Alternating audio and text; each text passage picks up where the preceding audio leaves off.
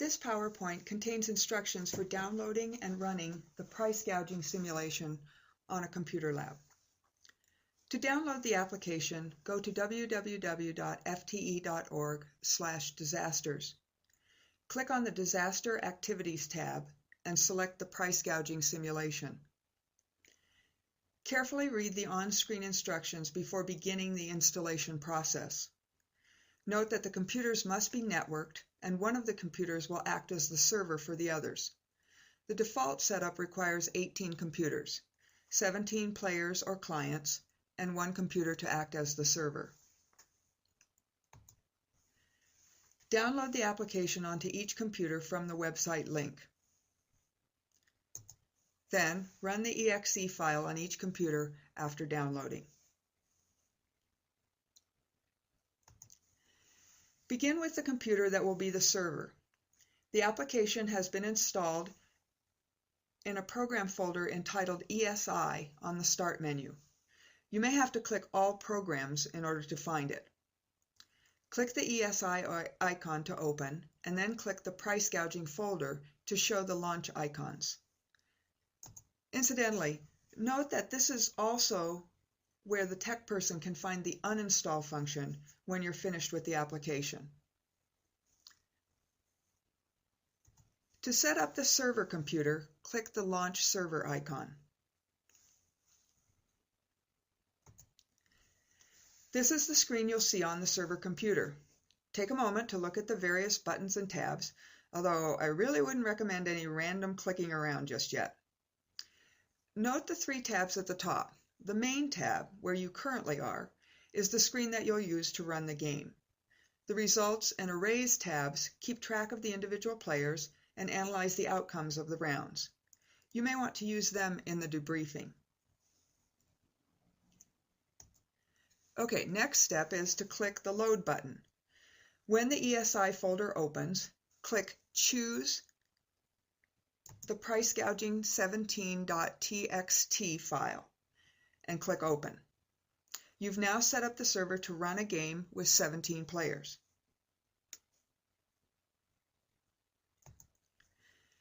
Clicking the Setup button on the server screen lets you see the parameters of the game. Notice that of your 17 players, 11 will be buyers and 6 will be sellers. Ignore the maximum numbers that are in parentheses. You'll never want to change the number of sellers. However, if you have a small class, you may want to change the number of buyers by increasing the number of robot players in the third row. Remember that your magic number is 17, so if you only want 6 buyers, you'll have to have 5 robots instead of 0.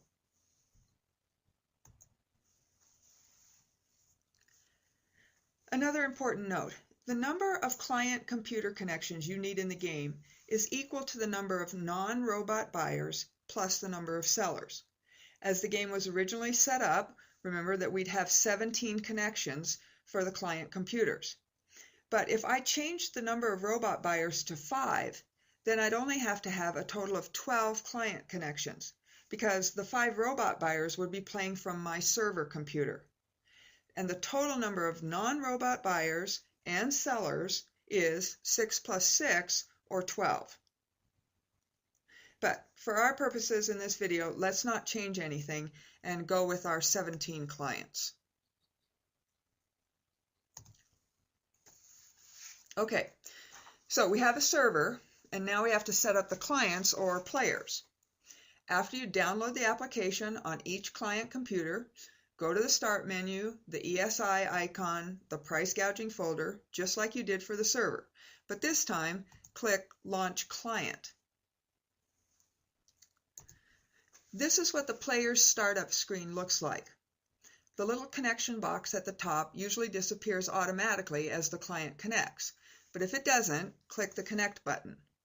If it still doesn't, that's when you call tech support, because the port may have to be changed, and we let the tech people do that kind of thing. So if you get this screen, eventually minus the connection button on all the players' computers, you're ready for the next step. Now let me warn you that this next slide may be a little confusing because I'm running both a server and a client on my one computer in order to make this video. So the front box on this screen is really a client screen, and you'll just have to pretend it's not there when I talk about this slide, because it's not going to be on your server screen. Instead, you'll have the standard server screen we saw before, and what you need to look for on that screen is the number of connections. The number of connections should equal the number of client servers. On my screen, it's showing 1, which makes sense, but for a full game, that's obviously not enough. If you've started all the clients, but the connection number isn't right, check each computer to find the one that isn't connected. If you haven't started the game, close the client on the unconnected computer and start over with Launch Client on the Start menu. If it happens during the game, follow the reconnect directions that show up on the screen. Now, as a side note, if a single computer becomes disconnected in the course of a game, you'll get a notification on the screen like this. Okay, so if you have the right number of connections, you're ready to go. And when you click the Begin button, the game will start. The first thing that happens is that some of the players' screens will become buyers' screens and some will become sellers' screens. And we'll look at those individually in a moment. Because the other thing that's going to happen immediately is that the instructions will pop up, both on the server screen and on the clients. Now, incidentally, if you don't want the written instructions to show up, uncheck the Show Instructions box in the setup screen. Depending on the reading level of your students, you might find it much more effective to give the instructions verbally. Okay, so let's go back to the screen showing the instructions. Now remember that my computer is running both a server and a client, which is why my slide shows 2 sets of instructions. Yours should only show 1, and each of the students' screens should only show 1.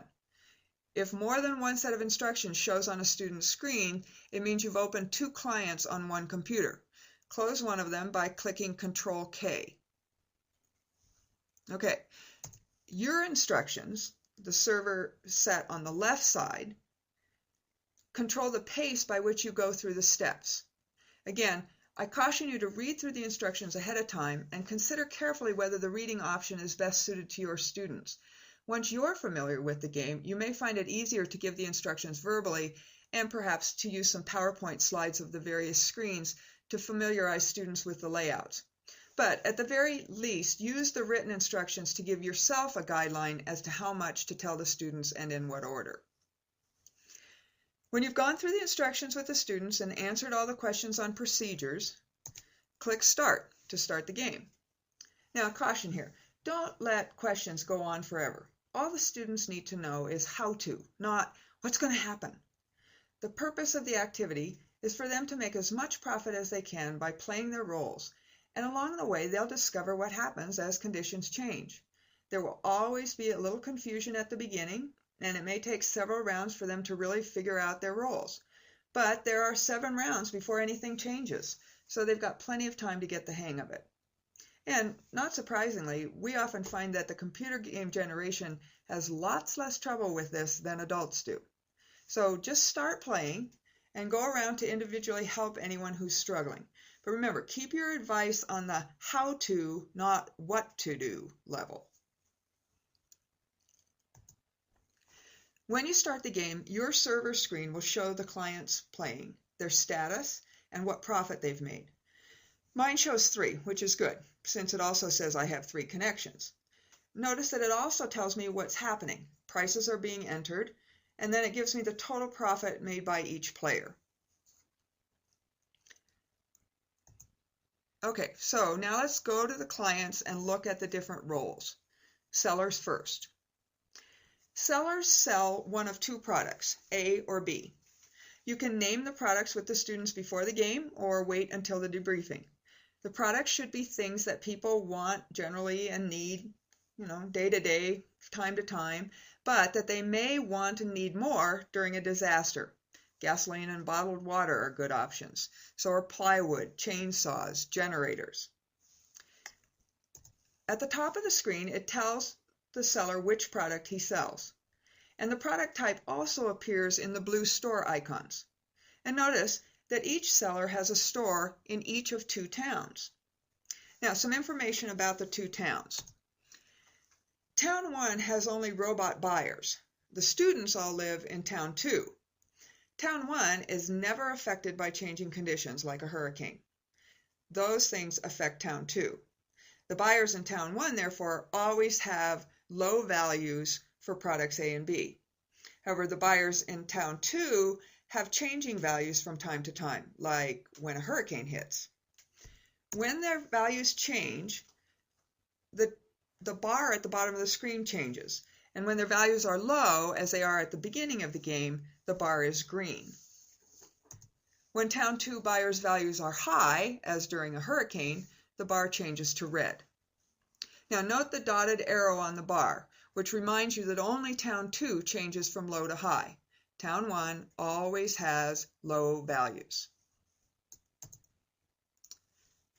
Okay, the sellers also have information on their unit costs in each town.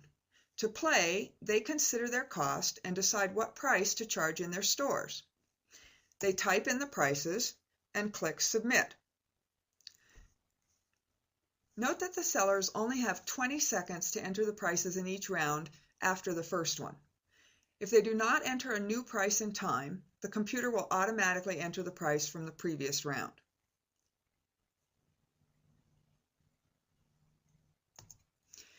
When all the sellers have entered their prices, or the 20 seconds is up, the prices appear in the store and the 20-second buying period automatically begins. When a sale is made, it shows up automatically in the seller's record chart. The computer enters the price, subtracts the cost, and shows the profit. In this particular example, Seller 1 has sold his 4th unit of good A in Town 2 for $250, making $150 profit on that unit. There are several other important things that the seller's screen tells her. Note the inventory boxes. Each round starts with 13 units. Since inventory for Town 2 shows 9, we shouldn't be surprised to find that the store record shows 4 sales. But what about Town 1? Inventory is still 13. Nothing is sold. And there are only 11 seconds left in the round. Fortunately, sellers can change their prices at any time. So Seller 1 could go in and lower or raise the price in either town in her quest to make the most profit. Each time the player changes the price, she must click the Submit button for it to change in the store.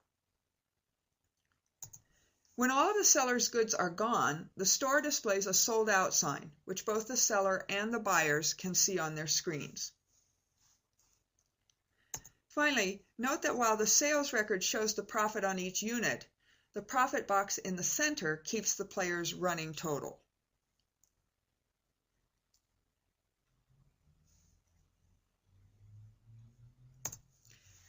Okay, let's switch gears to buyers. Remember that all buyers live in Town 2, so their screen will just show the stores in their town. During the 20 seconds while sellers are entering prices, buyers are waiting. Their 20-second buying period starts when the seller's prices show up in the stores. While sellers can only sell one product, buyers can purchase both A and B. Now note that they value A and B differently. This buyer, for example, would be willing to pay $238 for a unit of A and $398 for a unit of B. Note, too, that the value of additional units declines. So while this buyer would be willing to pay $238 for the first unit of A, he'd only be willing to pay $235 for the second and $187 for the third. Buyers, like sellers, are trying to make the most profit. And in this game, they profit by purchasing goods for less than they'd be willing to pay. The more they buy at prices below their value, the more profit they earn in this game. If this particular buyer purchases his first unit of A for $100, then for the purposes of our game, he makes $238 minus $100, or $138 profit.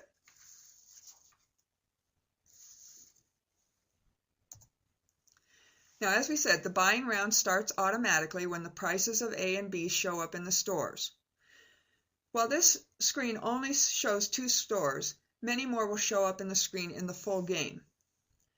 Note that, like the seller screen, the colored bar tells the buyer's values, green for low and red for high.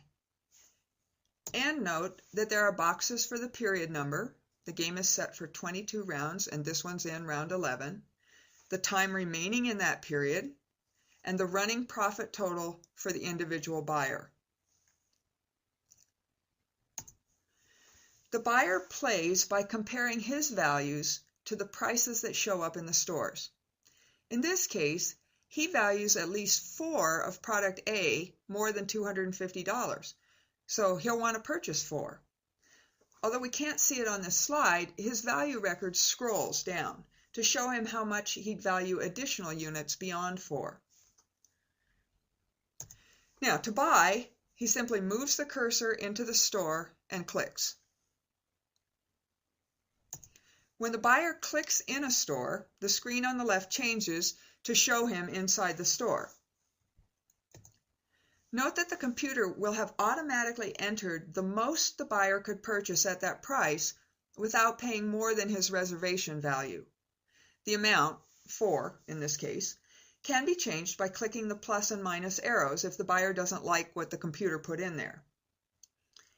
It's important to note, however, that at this point the buyer is just in the store and hasn't bought anything. Note that no purchases show up on his record. To actually make a purchase, he must click the Get in Line button, even if there is no line of little people icons showing. If you find students are frustrated that they can't buy and they think they are, it's often because they've forgotten to click the Get in Line button. If the buyer successfully purchases the product, it will automatically show up in his record. And as with the sellers, the buyer's profit on each purchase is calculated and then displayed in the grid.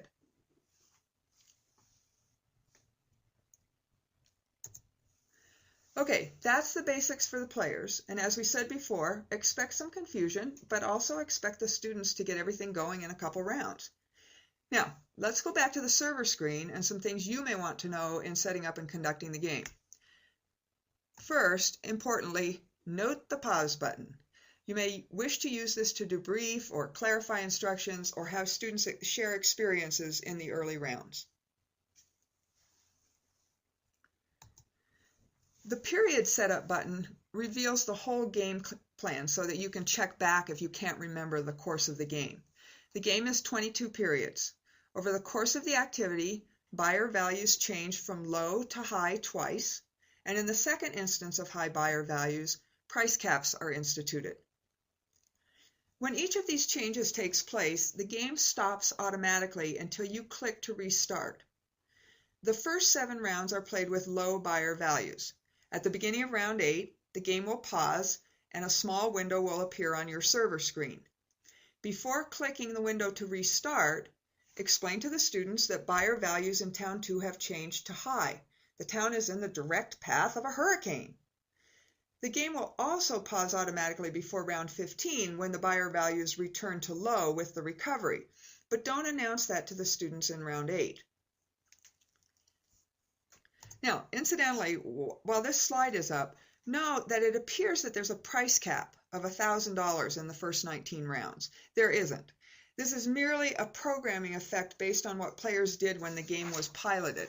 Nobody ever set a price that high, so it is effectively no price cap. And you shouldn't even mention it. Don't even mention a minimum price or maximum price or a range to the students. Just note for your purposes that it's necessary to have this mechanism in there for the computer to create a price cap in later rounds. And we'll come back to how that real price cap mechanism works in round 20 later on. But for now, let's go back to what happened when buyer values changed to high. Starting in round 8, the B sellers will find that they can transfer inventory between towns. To do so, they simply click the arrows to adjust the inventory numbers. Now, transferring inventory has costs, naturally. and in this case, it's $130 per unit, which is added into the sales record below. Thus, the difference you see in the $260 cost in Town 1 and the $390 cost in Town 2. Two important things for students to note, or to discover to their chagrin if they don't pay attention to your directions. One is that they must shift inventory before the buying round starts. Unlike pricing, they can't change inventory anytime during the period. And two, the changed inventory numbers will persist into the next round unless the students manually change them back. They don't automatically revert to 1313 at the beginning of each round. Now, as the slide shows, the students are only charged the $130 shipping cost for the units that were transferred. The costs for the 13 that were originally in the store's inventory remain the same.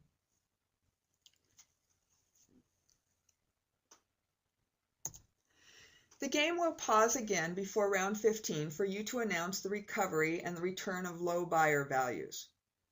Then, in round 20, finally getting to the focus of our exercise, it will pause for you to announce the arrival of the second hurricane, and to explain that based on experiences in the last storm, the City Council has implemented price controls. Maximum prices allowed for good A are $180 and for good B, $340. After announcing this, start the game again, play the last rounds. The game will stop automatically after round 22.